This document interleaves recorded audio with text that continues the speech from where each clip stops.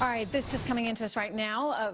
Barack Obama, former President Barack Obama, is signaling his support for the protests we saw over the weekend that were, of course, in response to Donald Trump's controversial temporary immigration ban. And he said, according to the statement, President Obama is heartened by the level of engagement taking place in communities around the country. In his final official speech as president, he spoke about the important role of citizen and how all Americans have a responsibility to be the guardians of our democracy, not just during an election, but every day. And this is according to Kevin Lewis, the former president's spokesperson. Joining me right now for more analysis on everything that's happening right now, American Islamic Forum for Democracy President Dr. Zuhdi Jasser and former intelligence operative Naveed Jamali. Good to have both you here. Zuhdi, first of all, your reaction to President Obama's release of this statement here, in that it really seems to be he's weighing in from the sidelines, perhaps in a way that we haven't quite seen past presidents do. I mean, it's only week 2.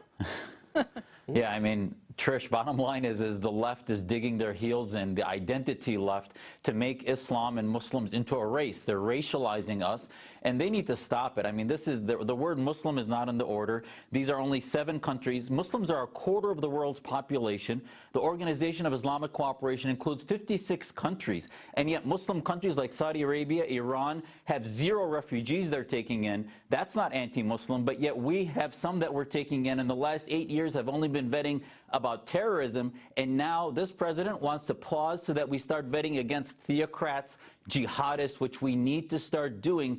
That's smart. It's not anti-Muslim. I find it, as a Muslim, to be pro-Muslim, to say that we want to accept those that share our values and reject those that share the values of the Iranian regime or the Saudis. My only criticism is I do think Saudi Arabia and Pakistan and Qatar should have been included, since those are some of the cauldrons of these ideas. Yeah, you know, and I wonder if at some point they will be. I do think that the president was sensitive to the fact that some people on the left would be calling it a Muslim ban, and he didn't necessarily want to include quite as many countries. But basically, this is sounding a warning to them, especially to Saudi Arabia. Make sure you know who you've got. Make sure you control your people. Make sure that you clamp down on any kind of terrorism activity there, because otherwise you could be next.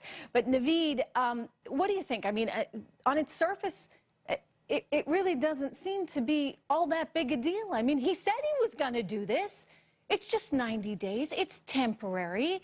And he wants to make sure, after, frankly, members of President Obama's own administration, we're talking about FBI, CIA, and Director of Homeland Intelligence, all said these people can't be vetted. Yeah, it's a great point, Trish. I think we have to separate between a ban and vetting. They really are 2 separate things, although they do really go hand in hand. So when we talk about vetting, we're talking about actually reviewing records on an individual. So when someone, no matter what country they come from, could be France, could be Britain, it could be Australia, it doesn't matter.